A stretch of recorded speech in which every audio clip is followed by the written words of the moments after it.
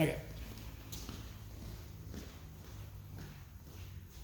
One variation on high box drill.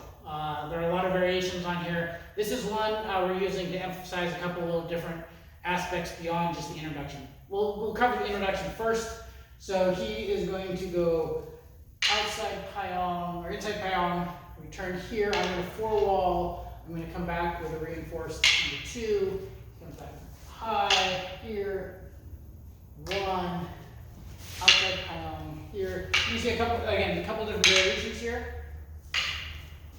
Right, again, from my perspective, as I'm coming here, four wall, backhand number 2, inside Pyong number 1, here, vertical.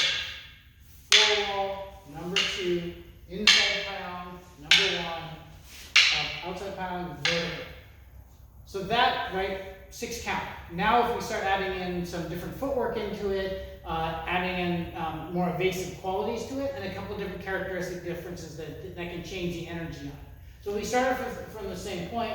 He comes in here, he feeds this. I'm going to crash that a little bit with a reinforced four wall. As that passes by, I'm going to use a power backhand shot and come this way.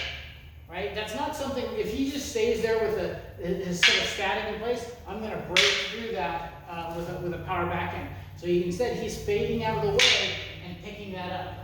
He comes in backhand high, and then coming to inside Pyong again, coming back with number 1 here.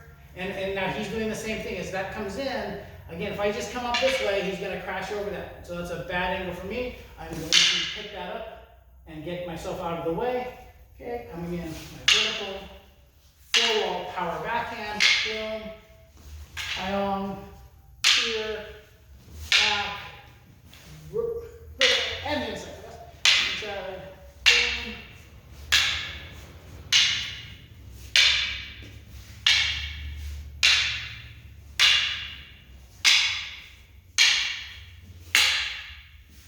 So one of the things on, application, ideally here, is as we move through this, for a lot of these, as I'm going to here, if I'm inside the arc of the blade, I have to meet his blade here, or his stick here to save myself.